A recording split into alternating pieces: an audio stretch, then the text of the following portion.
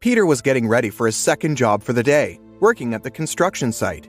Even though he had graduated from community college, he couldn't find a job that paid well because he had to make sure he was there for his son. So he only took jobs that allowed him flexibility to be with his son.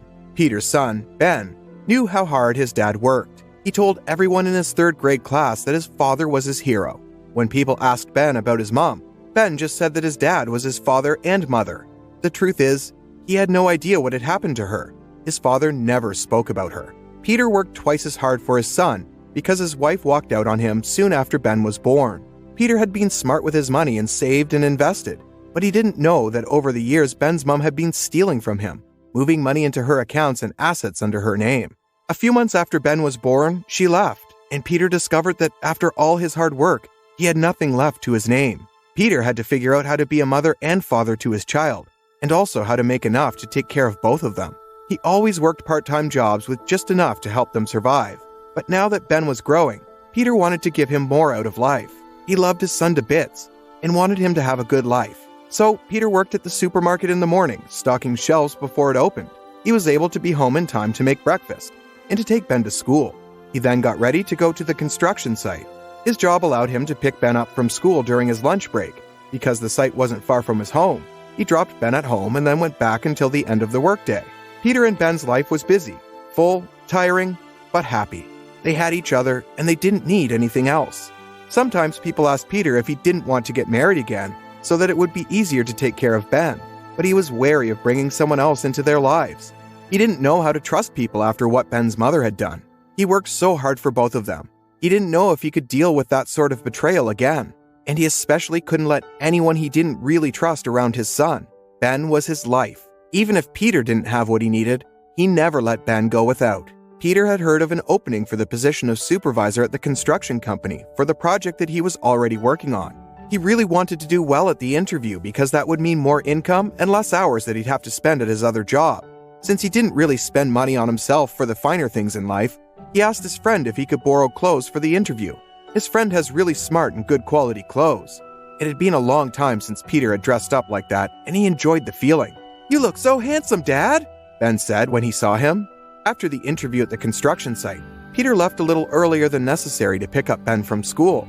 He went to the coffee shop to take a few minutes for himself to evaluate how the interview went. He bumped into a good-looking blonde woman as they both tried to enter the cafe at the same time.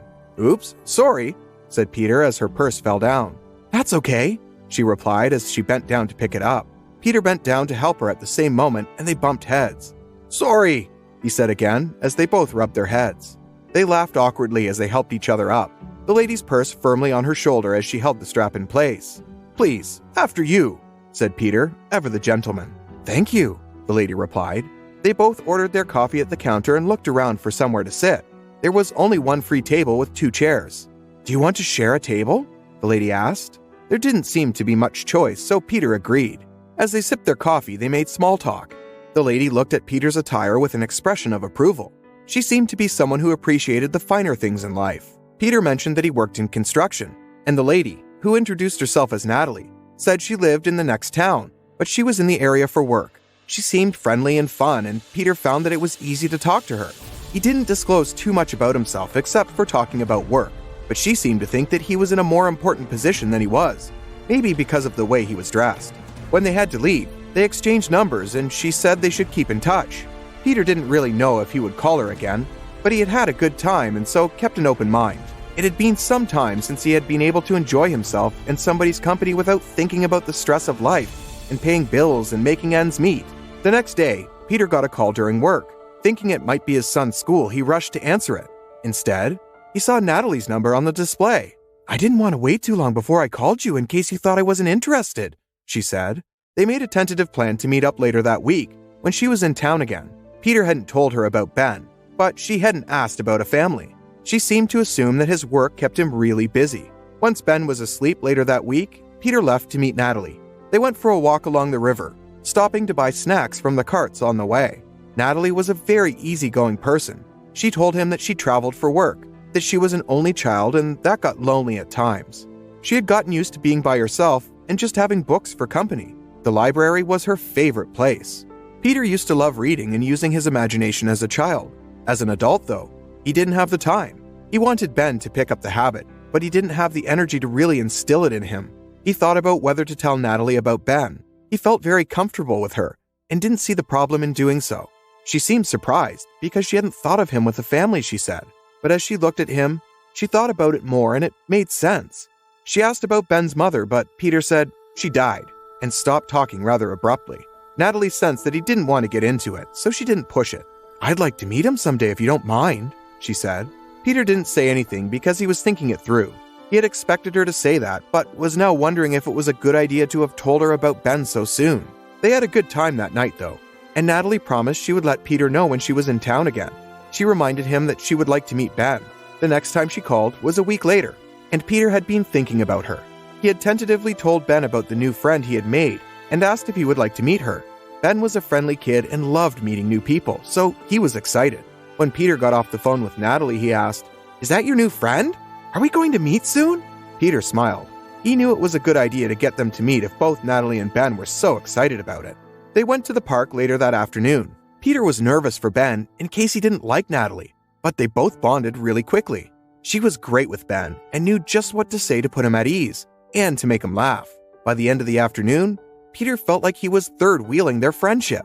When Ben and Natalie both asked if they could have a day like that again, with running around and a picnic and ice cream, Peter couldn't say no. Natalie started calling more often, and Peter felt more comfortable with her by himself and with taking Ben along. They got so comfortable that, in a few weeks, he was fine to get Natalie to pick Ben up and bring him to the construction site before they went to have lunch together. He couldn't believe that he was letting her do this, but she made him do things he didn't expect. He didn't feel time pass when he was with Natalie. She was also gorgeous in a way that seemed out of his league, and he knew that people stared at them when they were together. He didn't know what she saw in him, but maybe he was thinking that way because he didn't think he could trust anyone.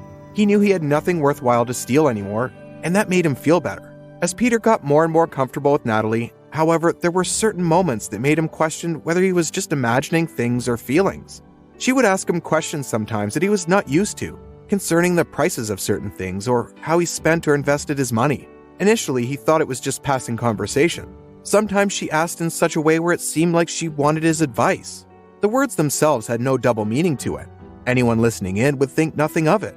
But there was an unease that he couldn't shake off with the tone of her questions. It's like those conversations had a purpose, but she was trying to make them seem as if they were just casual. He didn't know who he could ask about it, because when he said it out loud, it sounded ridiculous. A figment of his imagination. He didn't want to confuse Ben either. Ben had gotten so attached to Natalie that now it was going to be really difficult to step away.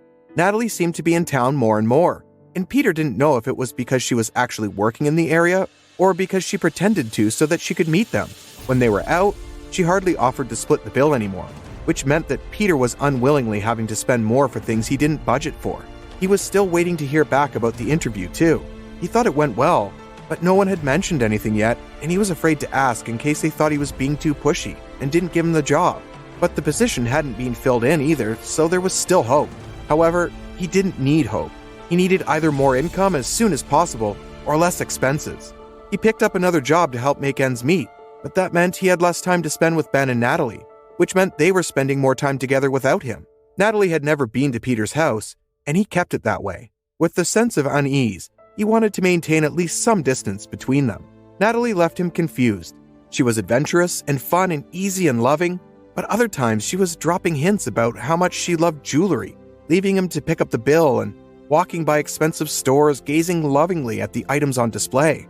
She was asking him sensitive questions about his bank balance and how much his watch cost, and if he was thinking of switching Ben to private school next year. It's like there were two Natalies, and Peter was becoming more and more on edge, wondering which Natalie was going to show up each time. As much as he now wanted to put distance between them, he needed the extra help babysitting, and since he didn't want to upset Ben, he let them spend the time together. One day, he was going to meet Natalie and Ben at the park once he got off work. He spotted them in the distance and was walking towards them when he stopped in his tracks. No, it couldn't be. There was someone else with them. Another woman. Peter stopped and stared long and hard at her to make sure. But there was no doubt. It was Ben's mother, talking to Natalie while Ben played nearby. "What is happening here?" Peter shouted, running up to them. The ladies jumped at the sound of his voice. This lady here was just asking for directions to the bathroom," Natalie stuttered. It was obvious that she was lying. "You! What are you doing here?" Peter yelled at his ex-wife. "How dare you come near my child?" "It's my child too," she shouted back. "You gave up that privilege when you walked out of our lives all those years ago," he shouted back at her. Ben had started to come running towards his father when he first heard him, but now he stopped, scared, watching them shout. He ran to Natalie instead and hugged her, wanting to feel safe. "Ben, it's okay, come to Daddy," Peter said. "Don't be scared." Peter turned to Natalie. "Did you know who she was?" he asked. "How could you? I trusted you." "You said your wife was dead," Natalie responded. "She is dead to me," Peter said. "Mama?" Ben asked, his eyes wide with wonder staring at his mother. "No, Ben, you don't have a mama," Peter said firmly. "What are you doing here?" he asked her. And then to Natalie, "Explain yourself." "I'm really sorry, Peter, I am," Natalie said, sobbing. "I knew who she was, yes, but not how you felt about her. I didn't know you felt this strongly. I was looking for jobs and came across a listing looking for someone for some amateur detective work. I loved mysteries as a child and it seemed perfect. I got to make some money and live my childhood fantasy at the same time. We communicated only via email. I haven't met her before today. She gave me your name and vague location, and I was supposed to find out as much as I could. I had to report back every week and I would get a check in the mail. I have lots of debts, you see, and I needed the money. It took me some time to find you because I wasn't really sure who I was looking for. She gave me a picture, but time has changed you. When I ran into you at the coffee shop, I couldn't believe my luck. You seem to be doing well for yourself." Natalie took a deep breath. "I'm not proud of myself and what I've done. I thought that once I gave her some information, the task would be done, but she kept wanting to know more. She asked specific questions, and I had to find a way to find out the answers from you. If you ever thought I was acting strangely, it was because of this. But along the way, I fell in love with you and Ben. I really enjoyed the time that I spent with him alone, as well as you. I told her that I didn't want to be a part of this anymore, that I was done, but she didn't listen. She tracked me down here today because she wants to be a part of your lives again. She wants more because she doesn't have anything left." Peter had been holding his breath while Natalie spoke. He believed her, he realized. Despite what she had done, he still trusted her. It was his ex that he didn't trust. He laughed then because, after taking everything from him, she still wanted more. "It's a good thing I never built up a fortune after you left," he told her. "I should have known that it wouldn't be enough for you. I don't have anything to my name. And if you think of setting foot near our homes and lives again, think again. I filed a complaint with the police and a restraining order years ago for this very reason, in case you decided to come back and take more. You have no claim to Ben thanks to your misdeeds, and you will never get a cent from me again. Use your energy to try and earn for yourself instead of paying others to do your dirty work." Ben's mother had no choice but to leave, in case she got arrested for violating the restraining order. Natalie was appreciated for her honesty and forgiven by Peter for doing what she thought was an honest job. They promised never to hide anything from each other again. Ben was glad that she was now fixed in their lives, and Peter was glad to have someone that Ben loved so dearly. He learned to earn just enough for their needs and not worry about the rest, because that was the most peaceful way to live.